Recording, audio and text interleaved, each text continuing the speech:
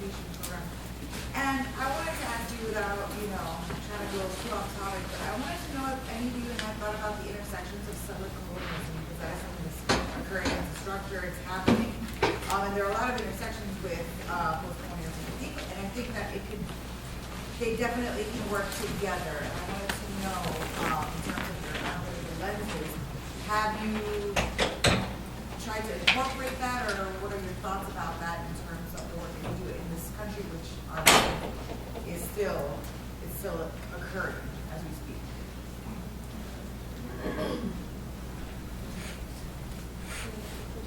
Can we take a bunch of questions and other people in the audience who want to talk about it? Like we started talking, but we don't want to be at the center. But my sense is settler colonialism is very central in de-colonial thought. This is. It's a very big part of the theory. Because when we talk about it as a theory, the call is to actually, physically repatriate the land and to acknowledge that we are on stolen land, and how our own positionalities as colonized subjects are at the same time being, colonizing or occupying or, having these identities that are all simultaneous. So I wanted to know kind of what that work was. Is it developing in unison, or at least an acknowledgement and conversation? Because a lot of settler colonialism say, there is no post because it's not. So yeah. I think that's a good point. Somebody mentioned earlier, well, the post-colonial is from Africa and Asia, and the de-colonials from South America. What about North America? So that's the thing. But it's not, again, the post and the de are drawing attention in different kinds of ways to the different ways in which the colonialism functions. Right? It's not the post, it's continuing to go on. Right? So how does one address the issue of colonialism in a settler colonial space here, right? And the specificities of colonialism in North and South America versus the specificities of colonialism in places like India and Indonesia, where the colonists or most of them left. And then that particular question in terms of, addressing it, I don't know if people are addressing it, but certainly in the conversation a couple of years ago at the NWSA, the folks in the Indian diaspora were very much talking about it with respect to migrants and diaspora, right? It's like settler colonials, as in white settler colonials who came with the Pilgrims and participated in the Boston Tea Party, versus the Indians in Houston and those of us who are recent immigrants in diaspora. We too, in some ways, are settler colonials, but not in the same kind of way. So to me, I think that opens up a lot of questions, and very, very important questions. And no way does it, to me, signal a moment of post as an after. Right? It's like. Well, that's one of the differences between de and post. In that sense, is that the decoloniality doesn't posit that there's a post. There's a post-colonial in the sense that colonialism in a formal sense is over, right. But coloniality as a social structure that places race at the center and so on is still with us. So I think that's one of the big differences. And I felt like some of that was being collapsed in people's presentations. We're not talking about colonialism when we're talking about the de-colonial in Latin America, because except for Puerto Rico, we have no colonialism and haven't had colonialism formally in Latin America since Cuba. Cuba was the last formally besides Puerto Rico. So it's a very different situation. And I think with respect to settler colonialism, it's a very different reality. I mean, it's a very, we didn't have settlers. We had, fucked up Portuguese and Spanish men who came by themselves and raped women and pillaged the land and whatever. So it's a very different, I think that's what accounts for very different historical developments in large part between North America, Australia, other formally settler colonial. Although I agree with you that, and therefore settler colonialism never ended, neither did the coloniality of power in Latin America. So I think that the intervention and that's part of the reason, you know, that coloniality is the flip side of modernity and begins with, in 1492, is a different kind of theoretical and epistemological intervention than that which had developed out of post-colonial theory, that did develop in a context that was post-colonial, right? Like literally post-colonial as in 50 years ago, post-colonial, as opposed to 500 years ago, post-colonial. 551 years ago, precisely. So I do think that there are different kinds of theoretical interventions precisely because of that call attention to different kinds of phenomena. And the post-colonial, I think, pays therefore much more attention to the mutual constitution, right, of the colonial with the Western, I think that's less of a preoccupation with the de-colonial. But I'm just bringing that up because it felt like the difference between the two approaches got a little lost in the conversation. And I think, which is not to say that one is better than the other, but that there are distinctive traditions that have partial connections that need to be better articulated perhaps, but they can't be collapsed. Can I just say a couple things? So in response to the specific question about settler colonialism, I think we also have to remember that settler colonial studies, right, actually doesn't really emerge in the United States. And that is actually part of a tradition that looks at Anglo-colonization across the world. And that's sort of a really important distinction. So you have comparisons between Canada, the United States, South Africa, New Zealand, Australia. And the other thing about settler colonialism is I think where it's been very productive and might be productive for the larger conversation we're having here is the sort of bringing in of Israel-Palestine as an issue of settler colonialism. And, you know, for example, I saw a cartoon the other day precisely in this vein about the sort of concern about the building of the wall along the U.S.-Mexico border.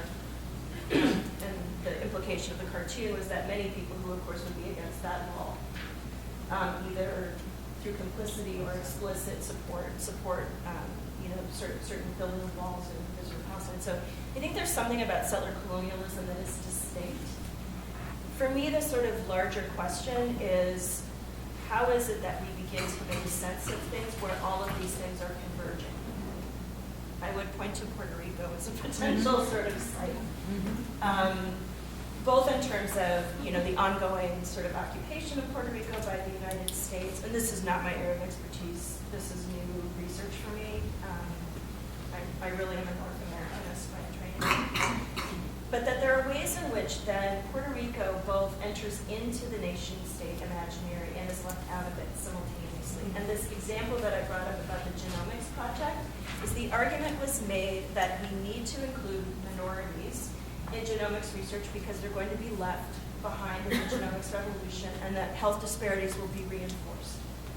So the inclusion of these samples from Puerto Ricans living in Puerto Rico becomes a nationalist expression of inclusion, right? And of course, Puerto Rico is uniquely positioned in this way because they can receive federal funding for research and those projects can be done there, which has everything to do with the ongoing occupation of Puerto Rico by the United States and the sort of as a territory.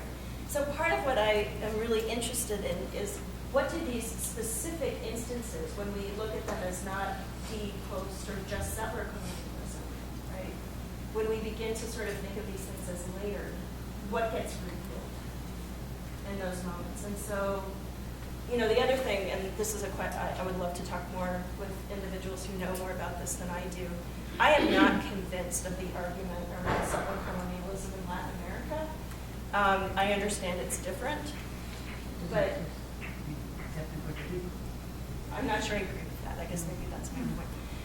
And so part of it is then, are there things from settler colonialism, for example, that could be productive in helping us understand certain things in Latin America, just as the stuff that came out of de-colonial thought really, I think, helped to build the movement for an articulation of settler colonialism. No, it's a beautiful, powerful conversation. Well, I was thinking of those terms in when we look how those concepts are constructed. I came to these terms, or these to performance studies, to the idea of theorizing the body, the body on history, the body on politics. And that's how I got, as a grad student, reading both Homi Bhabha and Azaldua, Trimin Ha and Morago, or Paris, De-colonial imaginary. And at the same time being introduced to indigenous methodologies from the Linda Tohain Smith, the Maori. And one thing that I think is stay with me was Chela Sandoval, the apartheid of knowledge, when she discussed the methodology of the oppressed, and how certain currents or thinkers got close but are not quite there. And I think her implication is the theorization of this body. But to my point, I think the colonial comes through that, like from this movement, the mobility or the instability of those bodies. That's how I read, for example, the Mesticide. And the other claim that you see from those indigenous scholars and also from third world feminism is like to decolonize inquiry, or to create or using Paris, the colonial imaginary, the place cannot be colonized. That we haven't resisted. We have to, the ways of doing research in the West, there has to be at the end of the gaze. And I think it creates different possibilities for a partial connection. So I asked in my grad seminar, so Gloria Azaldua, is she a decolonialist? Is she a post-feminist? Is she a post-colonial thinker? And so we see bodies breaking those barriers on their concepts of colonizing. And you see the work, especially in grad students, like bringing things together and make assumptions that are not there. So I think that is the great part of the methodology that can come from this discussion. So it's the creation of a different concepts. It's the unnamed. For example, Trimin Ha is all about displacement. It's not how I make this whole displacing. It's about mobility. If you look, so I think it's more or less like how and I see parts of it presenting all those concepts, like how can we escape nationality? But how cannot we resist it? You see it's imaginary only, or it's embodied in our everyday life. You see how to, so it's basically, and if you try it in our own research, like we do research while criticizing it. So even the concept of the things we embrace as dear to us, you have to criticize them too. You see, moving to different directions. And then we have, I think, a more inclusive way of looking to human beings. You see, instead of, I don't agree. But, so if you do it our own positionality as the colonial scholars, then we have to do with our own research.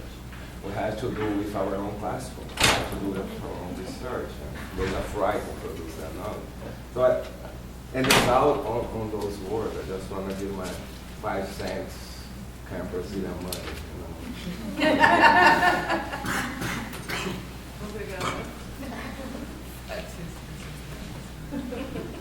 Other questions, concerns, ideas? Just a point when we're talking about the different locations, and I'm thinking of Billy Wationgo, who is a post-colonialist, but his book was De-colonizing the Mind. So he was bringing those together way back. Emily, others, Laura.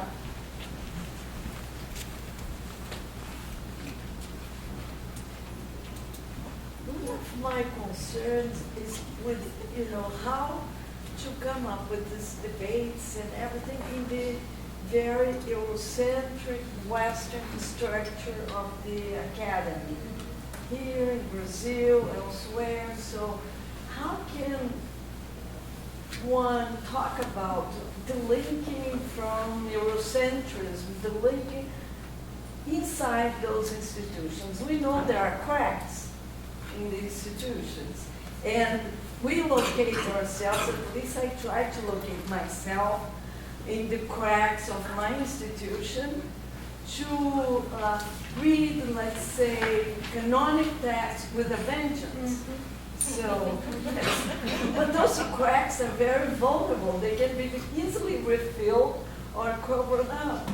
So, I mean, it seems that look around us, this very much, Eurocentric institution, and we're talking here about, decentering the human, decentering knowledge, the linking from, Western, the Western epistemologies. So we have to look at the work we do in the classroom, that every one of us do in the classroom. And see, to what extent, can we really transform the liberal university? That's one of my biggest concerns when I'm talking about, other ways of knowing. How can we, decenter the labyrinth city? We may need to be defending the liberal university in the short term. Liberal's going to look good. This is no joke. This is true. Liberal's going to look good. I'm just thinking about, not exactly in response to you, but on the following a trail. I forgot my hearing aids. Okay. Following a trail that connects with what Claudia just said, I'm thinking about how this is I think it's a particularly difficult moment in which to be challenging the centrality of the U.S., the West, particularly the U.S., because it's always been true that the left's critique, sort of trenchant critique of U.S. imperialism has had a tinge of imputing a power to it that it doesn't entirely have. It does and it doesn't. When you look on the ground in places around the world, there are many spaces of autonomy and et cetera. So I just think having spent the last few weeks trying to connect with different activist movements around the Valley in particular, people are really mobilized, but they're mobilized very much around a conception of that presumes that the horrible things that are happening here are going to have horrible ramifications around the world. I think we all feel that to some extent. So I think it's just interesting. I started thinking, okay, so how do we translate the de-colonial and the post-colonial in our activist work beyond the academy? And in doing that, how do we avoid recentering the U.S. and how translatable is this idea that the U.S. is not the center of the world in a moment when everybody is feeling that it is? But it's absolutely imperatively, I think, more difficult and more necessary than ever. Because this is the moment where, I want law, and I want to think about the Democratic Party when I deeply know that law is not justice, and liberal politics is by no means progressive politics. But yet, I'm thinking about flippable and indivisible and all the isms, right? And we're defending science. Those of us who have years, arguing that facts are all constructed and that it's all Now we want to say they exist. they exist and we're going to go in a science march or something. I don't think every left around the world thinks that this is the worst moment. So if we take the example of humanitarian intervention started by Clinton 1 and propelled forward thereon, another word for war, right now the Indian left is saying that Trump is better than if Hillary Clinton had won. So which left? And what are the understandings of Trump in several decades of a lot of intervention by Americans? If it's a misrecognition of Trump, who Trump is, that may be. But I don't think it's right. You can't assume the left only exists in the United States. That might be where it's. Yes. I'm just speaking to who I'm interacting with in the Valley. So, but it's interesting then, if we're asking the question of decentering this location in this moment, what is the left saying elsewhere? And what is that multiplicity of analyses of American imperial power at this moment? So can I give a particular example? I just was talking with my students about what I had thought was going to be a national strike on Friday. And it's not? There's a call locally for a sanctuary movement strike. And I misconstrued the call. But I found myself in the moment explaining what a national strike was and the tradition. And, you know, in this U.S., we have to take it back to the 1930s. But there are other I could talk about how this is a regular event in other places. And I realized how interesting, I guess it is a national strike. It's framed here as a sanctuary movement strike, which really has this kind of language of appeal of colonial, you know, it's like the DACA claim, right? This sort of the innocence of the child, kind of reconstructing the way that we're losing that bigger vision, right? The vision that is rooted in kind of mobilizing mass people on a claim to remake things, but really sort of the pushback that we're finding in terms of feeling like we're just appealing for sanctuary rather than we're forcing a kind of push through claim. Particularly since we've gotten a lot of the demands for sanctuary met by the chancellor, not all, but a lot of them, more even than the UCs got, actually, if we go point by point. So in some ways, we are really appealing for, I don't mean to discredit, I'll be participating, but in some ways, we are really focused on the word. Right. To some extent. And it's such a weak word. It's such a... Well, that would be an interesting thing to raise in the context of the teach-in. I had not understood that it was, I had understood that the sanctuary folks were organizing it, but I had not understood that it was a general strike for sanctuary.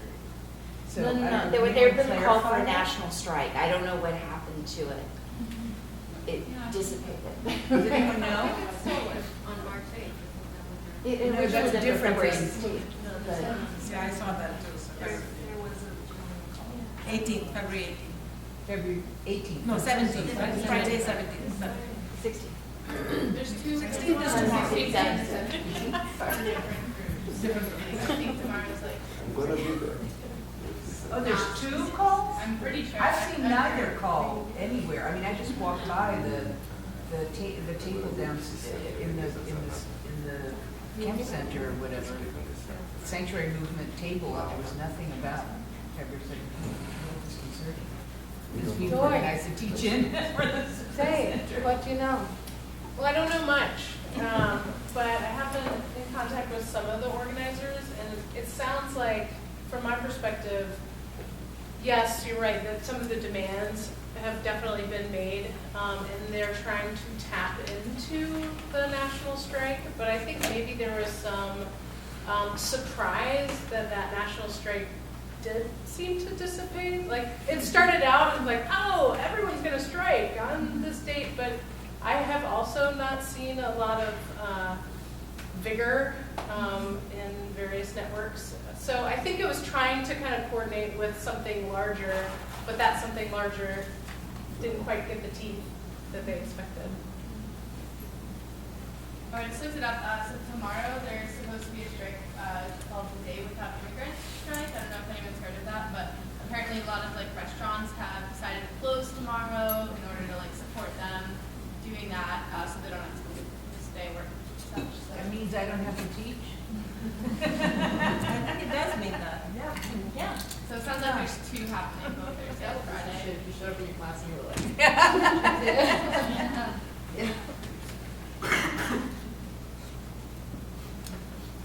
And I think it brings up the question, maybe it's only in my head, of what fights do we go with and why?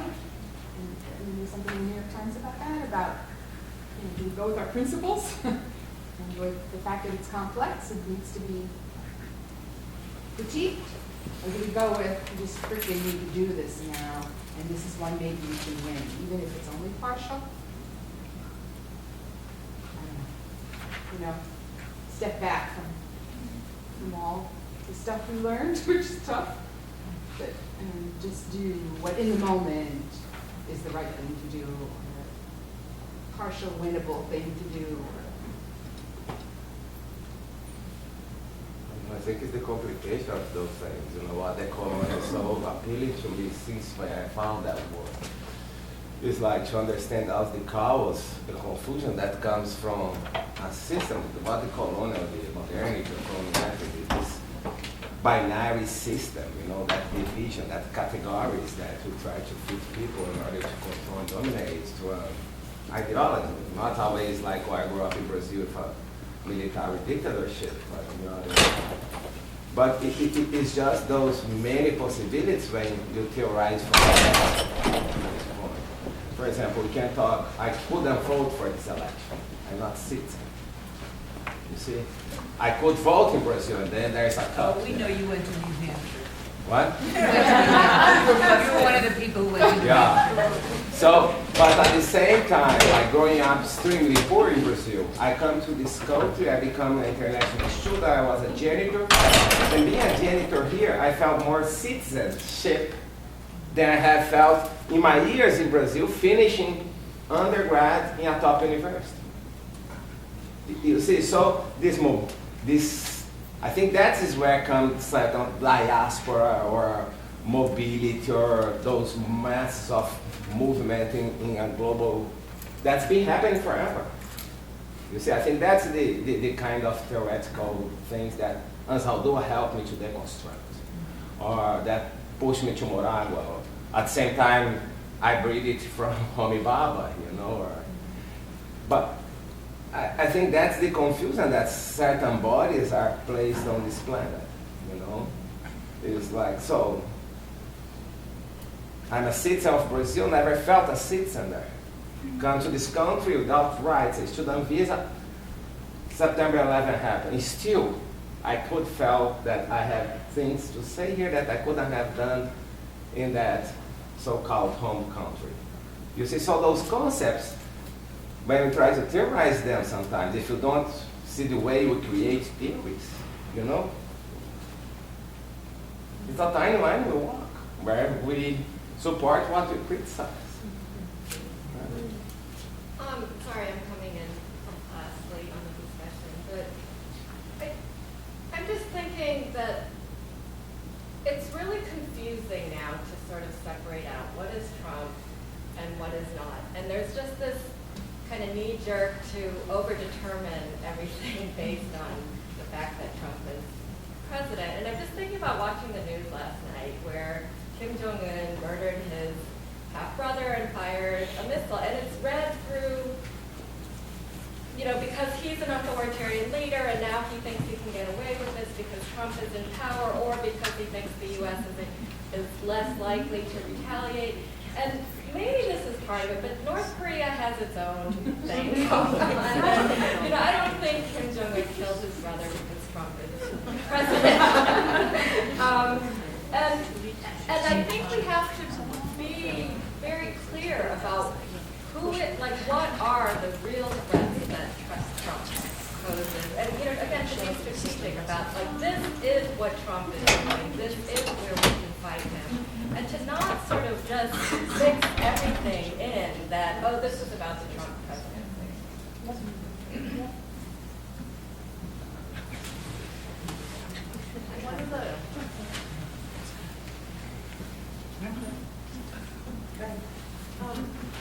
One of the things that I'm thinking across what people are saying and what was offered in the beginning are the, well, I guess it brings me back to where one of the places that we started our group from, which is the question of embodiment, and how it is that we find ourselves in our own bodies in this moment and in relation to one another and in relation across all the contexts this is happening. And in all the calls to history and place and relation, I'm also thinking about the things that I feel that are also present and maybe implicit and yet unspoken things like the longing that we have, the rage that we have, the fear, all the things that are happening right now, and how the post-colonial and de-colonial thought and movements can also help us to make sense of, maybe not make sense of those experiences and feelings and embodiments, but how that can inform what we do with them and move outward from them and maybe even move deeper inward in the relation.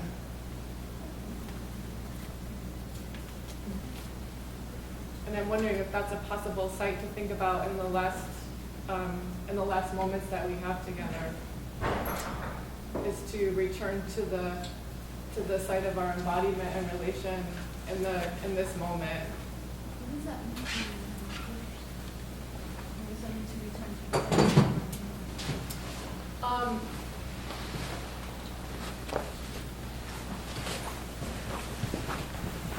I guess I'm still thinking about that, which is why we started the group. I mean, again, I'll take a stab of it, especially in New England, right, which is a place where people don't talk to each other. My constantly, I'm walking around and it's sort of like, yeah, I know, Jennifer. But it's true. So, you go around. Getting a dog. People don't, taking a dog helps to talk to the dog. People know my dog's name. Oh, yeah, for sure. And I know all the dog names. I don't know people. But so in this moment of embodiment, there is a certain kind of interaction. And again, a very, very overdetermined kind of interaction in some sense. And maybe I kind of want to go to that question. And again, it's a difficult one, right? I have a very, very ambiguous relationship with the United States and with New England, and yet it's a relationship, which means that it's something. So embodiment, it's sort of like, I'll give you again an example, which I hadn't quite thought about, but, and forgive me, Joy, Julieta, you heard this in class 2 days ago, but in the last couple of months, people sort of, they talk to me a little bit, and I work at UMass, and the number of folks who ask me, so, are you an adjunct? And it's like, what about me tells them or invokes that question? And I realized that at some level it's a degree of solidarity and sympathy that they're trying to express to me, because as a little brown woman, I am probably one of those immigrants who's exploited and an adjunct. But so it's sort of like, again, how does it play out? So then what do I say? I crab at the white liberals for making that assumption about me, or am I happy that they're talking to me? I think you sort of made kind of the point that I was thinking about, which is that colonialism is embodied, it's differentially embodied, and it's sort of, but that to me, the connection, right, and sort of thinking along the terms that you're bringing up, one offers kind of new political possibilities, right, at least, as I'm thinking about these things, and also draws attention back from the sort of larger structural questions to the sort of, embodiment of those power inequalities that dramatically affect, lived experience. And I think for me, the sort of political moment, and I was living in Texas at the time that George W. Bush was elected, and I really thought that was the worst. Like, I really thought that this is the worst thing that has ever happened. I'm feeling nostalgic for Reagan. Reagan looks like an environmentalist, right? So, but part of it is that kind of, one of the things that happened is after the United States invaded Iraq, there were 100,000 people in Houston, right, which is actually a relatively conservative town and a very conservative state. And there was no reporting, and it didn't do anything, right? And so I think for me, as someone, a Gen Xer who's inherited a particular idea about what the 60s were like in terms of political resistance, I'm really at a loss in terms of, building solidarity. I actually love this sort of idea of simplicity as a potential, right? And so, but your question evokes into, I think we have to think differently or move differently, whatever, I don't want to sort of just locate it in mind. If we're going to do something different, that might have an effect that we want. So I was in a conversation yesterday where we were talking about embodiment, and someone made a very good point that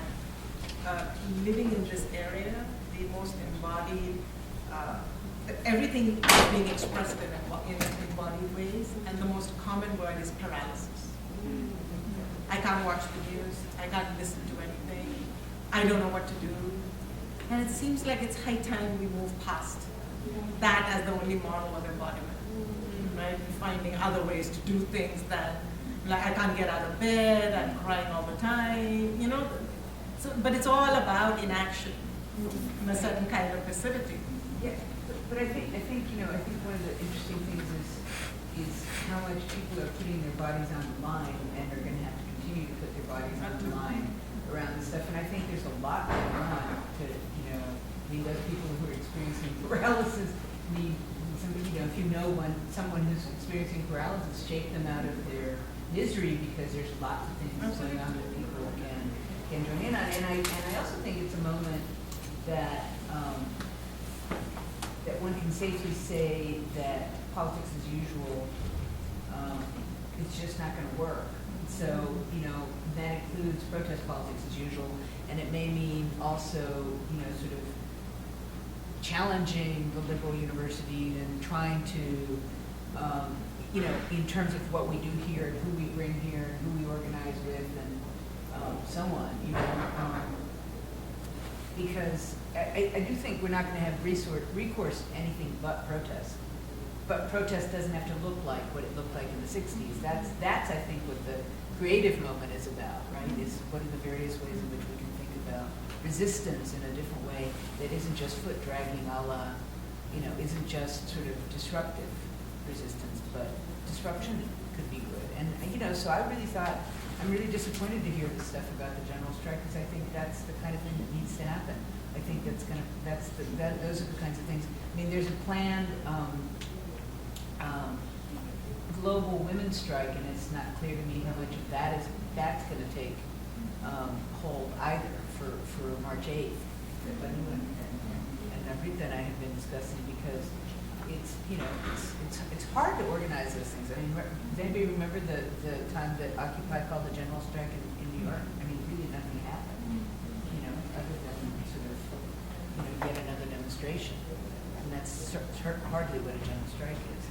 So, if you're going to have a general strike at UMass, there would have to be a general strike in town, and in Northampton, and actually nothing. I mean, one of the big questions was whether, when Millie, who's been going to the meetings of the sanctuary, when first brought it up, a number of people were concerned, is this really going to happen? It's going to disrupt activities that we haven't done.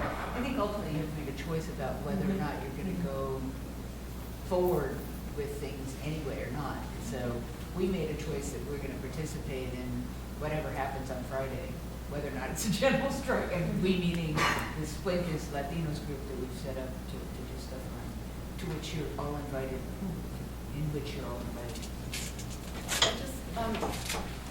I want to get to your points, but I want to also honor what you're saying. That resonates a lot, and I think we see it so much in how people are, like, I see constantly messages and articles being written about how to survive and how to work in this moment and how to not be in bed or whatever it is that we're experiencing. But I'm also thinking in everything that's been brought up, the particular histories and locations and moments, I'm also thinking about the 80s, you said reggae, and I'm thinking about the 80s, and one of the things that came out of trying to live through AIDS and not live through AIDS was the refrain of "there's no time for grief." And I don't know if I feel like that's what happens when we don't grieve. And because then I feel like we're just destined to repeat the pain and to get locked in a traumatic response. And so I don't know, but I'm just like, how do I grieve and rage and act at the same time? It doesn't feel like there's time. Carmen and over here and Millian. Well, I feel bad to kind of change directions a little bit, but I'm curious about something, and it's we haven't mentioned neoliberalism at all. And I think it's not just Trump. I mean, Trump is just part of a bigger problem. It's a neoliberal disorder. And I think if we just focus on Trump, we're missing, in my opinion, a bigger, larger issue that is affecting a lot of people in different ways. And also, when it comes to the U.S., I'm from Spain, and it's really, and I used to be an activist there, and it's, for me, again, going back to the context of, what's going on, is the fragmentation of social movements in this country. And I think the fact that so many different demonstrations, that people don't even know when it's going to be like a general strike. You were talking about countries, well, my country, I don't know how many general strikes I've experienced in my life, right? And I mean, small country, Spain, right? But it means that cohesiveness in this country. And I think you were asking what should happen. I think it's what we need right now is a lot of self-reflection and a lot of self-reflection.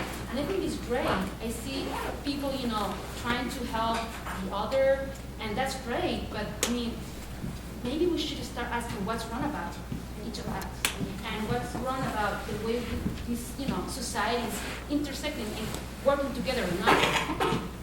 I don't know. You know what I'm saying? Like I said, this kind of paternalistic approach to let's help the immigrant, let's help the like no, this is a general problem.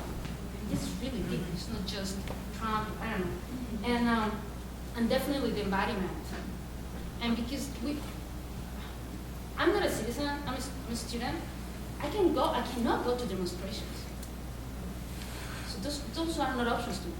Because if I get arrested, I can have legal problems. I can lose my visa. I can get problems every time I come back to the country. I have problems, I can have problems to get a green card in the future. So I think it's important to, again, try to see like the different experiences and how this situation is affecting people in different ways. And that's why I think it's so important to always go back to the environment, not only the ground narratives. But thank you, it's really, really, really inspiring. Sure. I just wanted to go to your one point, because and actually it's perfect that you brought neoliberalism, because the question is like, why didn't the general strike take place? And I think this brings us back to labor, right? The precarity of labor. The fact that we're dealing with people who have reified capital. When you think about Trump's appeal, it has all of these glaring things of coloniality, right? Race. These things are exploding. They're almost right there. But hidden behind it, it seems like capital, right? And that's being embodied in a different way. And interacting with colonialism in a different way than it normally has. And I keep thinking about, like, why do we see these shifts? And it has to do a lot with labor. And I think we need to start talking about that more. Billy, so I understand not everyone can participate in a demonstration, but I think this is a moment where, again, we have a lot to learn from other countries, but we don't have the repertoire here to do what we need to do. And, so South Korea is in the process of impeaching their president, and they've had over 2 million people in the streets every Saturday for months. And, for people who are at the Women's March, I was at Boston, that's the largest march I've ever been to in the U.S., 75,000 or something at the Boston Commons. So in terms of embodiment, there is something, again, I don't think that just disruption and just making visible the resistance is enough, but I think it's really important. And I think in terms of embodiment, I'm thinking of Durkheim's collective effervescence. There's something powerful about being in a group of people who are standing up, and that we can't underestimate that, and that out of that comes other things. But again, I just think that, building on what Lisa is saying, I was having a conversation with Lisa, who's not here, she just got back from India, and strategies that universities there are using to reduce, Modi. There's so much, what's going on in Turkey. There's so many other places that we can really be really in solidarity with, and in a sense of we are the ones that need you, and you need to help us figure out what we need to do here. this weekend there was a conference, the African Women's Leadership Conference, and there's a strike, you probably know about this, there's a strike, doctor strike going on in Kenya right now that has everything to do with the neoliberal policies of the government. And one of the participants was, actually was still here, Wambui Mwangi, and she was saying that some of the strategies they were using in Twitter through building kind of rural-urban coalitions to push back against the government demonizing the doctors who were striking have been extraordinarily effective. And the ubiquity, I think it's almost 90% of the tracing of the cell phone has internet capabilities in Kenya because of previous when the mobile phones came in, it came in big. And I think you're absolutely right, Millian, that I think we have to start looking at, I think there's a synchronicity of time in a way that means that we're, as usual, the US is coming late to the party, but there are strategies out there that we have to start on purpose stepping out to find, and solidarities that we have to build in order to find out, well, what is happening with the doctors' strike in Kenya, or what is happening with the protests in South Korea. And I think that comes back to one thing I wanted to say. When we were talking about grieving and embodiment, I think one of the questions I had to ask myself as the election became clear, I was not in a house, it was in a complicated household, I think somebody was talking about that, not a pro-Trump household, but well, anyway, there were a lot of reactions. Many of the people that I was watching the elections with don't really see the difference between Clinton and Trump. So they look like kind of a continuum. So one of the things I had to think about having a pretty strong visceral embodied reaction as I was watching the election unfold is, what is it that I'm grieving? And I think there's a way that we're not admitting to what it means to have Trump as president. It means to lose international power. It means to lose potentially economic dominance. It means to lose a kind of hegemony that is wielded through the gun that we haven't had to carry.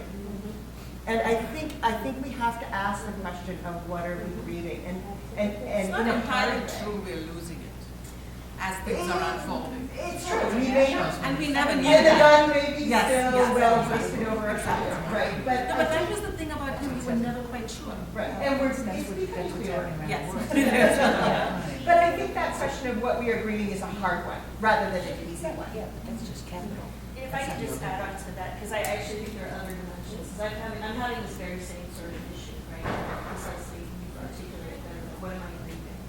And part of it too, I think, has to do with the sort of, again, this precedes Trump, and it will probably be thereafter, right? That if we look at the sort of social organization in the United States, and the political movements leading up to the election, I think we've actually seen incredible, right? Black Lives Matter, some other things where folks were really doing great things. I don't think that has been picked up in the same way. I think in part because my sense is that there are real differences among us in terms of what Trump means and doesn't, right? And so, while I certainly know a lot of people who experience paralysis, I also know people who are like, what the fuck are you talking about? I said I wasn't going to swear. There's an asterisk. Yes. That was never part of the. I said that was never part of the conditions. Right. I just want to acknowledge it's after 6 o'clock, and if people want to continue, I think many people are happy to continue, but maybe in more smaller, less formal, and food-driven ways. We've done really well in getting the food down to almost nothing, but there's still some left. Thank you so much for being here.